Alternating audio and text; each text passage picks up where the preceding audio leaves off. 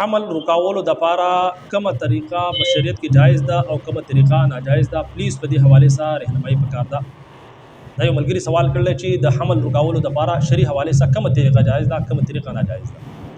په دې باندې ان شاء الله تعالی خبره کو زکه چې په دې حواله سره نور هم ماته ډیر زیات چې کوم دي سوالات جمع شوي دي د حمل رکاولو په حواله سره د دې شرایط سدي او د هغې نه علاوه چې کوم بل طرف ته موږ ګورو ډیر شه خلک داسې سوالات داسې میسج ماته هم راځي چې د واده 10 کال شوي دي، 15 کال شوي دي، 30 کال شوي دي چې اولاد یې نشته، د اولاد لپاره پریشان دي. نو دا یقیني طور پر د الله رب تقسیم دی. یو طرف ته خلک اولاد رکاولو لپاره چې کوم دي مختلف طریقې اختیاري، او بل طرف ته داسې خلک هم دي چې هغه د اولاد لپاره چې کوم دي او چې بای منګه الله رب عزت منګه اولاد راکړي چې منګه خپل په ژوندۍ کې خپل اولاد چې کوم دي خپل په سترګو وینو،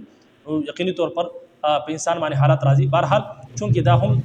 یو شری مسله ده او انسان ته دې راپېښه کېږي چې اولاد چې کوم حمل د دې رکاولو په حواله سره د انسان په ژوندۍ کې داسې حالات هم راځي. لیکن په دغه حواله سره چې کوم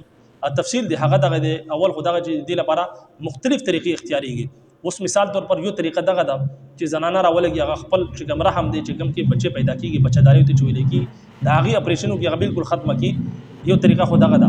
او یو طریقه دغه ده چې بعض کسان داسې چې هغه ځان نامرد کی یا د دوايي په ذریعه باندې یا دغه شانتي د اپریشن په ذریعه باندې هغه رګونه نسونه کټ کی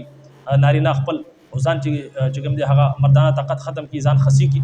نو یو طریقه خو دغه ده. نو شری حواله سره د دې طریقې اجازه نشته چې زنانه خپل چې بچه‌داني دغه ختمه کی لري کی دغه اپریشن په ذریعه باندې او دغه نه علاوه نارینه راولګي خپل ځان چې کوم دغه خسی کی. نو شری حواله سره د دې بالکل اجازه نشته. د دې نه علاوه نورم طریقې اختیاریږي. اوس مثال طور پر عزل هغه ته ویل کېږي چې کله خزه خاون همستری کی او د همستری چې کله د منی اخراج کیږي نو خاون غمنی بار چې کوم دی دغه اخراج بار وږي، یعنی په بچه‌داني کې دنه چې کوم ځکه ماشوم پیدا کیږي، کوم ځکه د ماشوم پیدائش کیږي، کوم ته چې بچه‌داني ویل کېږي رحم ته ویل کېږي، هلته کې د منی اخراجونه کې بلکې بارش کوم دی منی خارج کی په دې نیت باندې چې حمل ټهراو نشي. یو طریقه دغه ده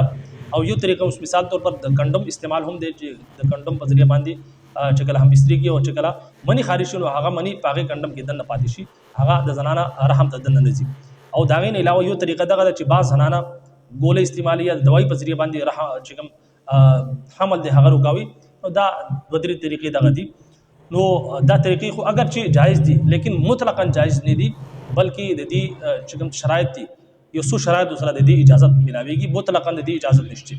اوس مثال طور پر چې خزه خاون په دینیت باندې حمل رکاوي چې د خاون آمدنی نشته، مالی حواله سره معاشي حواله سره تنګي ده، نو په دغه نیت باندې کې چې حمل رکاوي چې یار ماشوم پیدا شي داغه بس سګيږي داغه د بیا خوراک څخه تنظیم کیږي زمونږ سره خو وسعت نشته مالی حواله سره. نو په دغه نیت باندې کې چې خزه خاون د حمل رکاولو کوشش کوي دا طریقې اختیاري نو بالکل شریعت د دې اجازه نه دی ورکړي، بلکې پروردگار عالم په خپل قرآن مجید کې واضح طور پر فرمایلی ولا تقتلوا اولادکم خشیه املاق، تاسو خپل اولاد د لوګي د لاسه چې کوم دی مو وجنئ،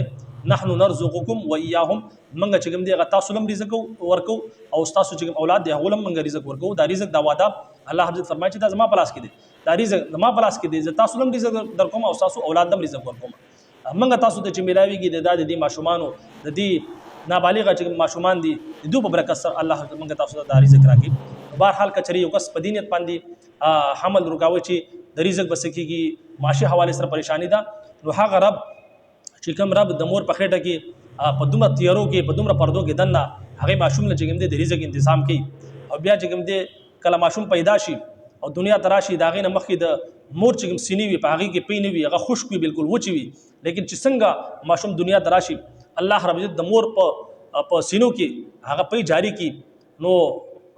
داغي په ذریعہ باندې دی ماشوم له جګم دی رزق ورکی. نو هغه رب چې د مور په خېټه کې بیا چې کله ماشوم پیدا شي د مور په سینو کې دغه لپاره د رزق تنظیم وکي، نو رستو هم الله رب عزت جګم دی هغه د رزق وعده کړل، هغه تبا الله رب عزت رزق ورکی او منګه تاسو ته چې ملاويږي دا هم د دې ماشومان په ذریعہ باندې ملاويږي. نو په دې نیت باندې حمل رکاول چې بای د رزق بسګيږي مالی تنګي دا، نو شری حواله سره د دې اجازه نشته تاسو حمل رکاوږي. ها شری ضروري مثال طور پر زنانه چې کوم دا هغه کمزورې ده د اولاد راوړو نه ده، کچې اولاد راوړو نو د مر خطر او تدانو دا بیا یو شری ضروري په دغه حواله سره د حمل رکاولو چې کوم دا اسباب دي د طریقې دي تاسو اختیارول شي. د هغې نه علاوه یو ماشوم داسې دی، اوس مثال طور پر یو ماشوم شوی دی، هغه وړوکی دی، نو د هغه په صحت باندې اثر پرېوځي که یو بل ماشوم راځي، یا ظاهره خبره د هغه په تربیت باندې اثر پرېوځي، نو په دغې نیت سره که چېرې تاسو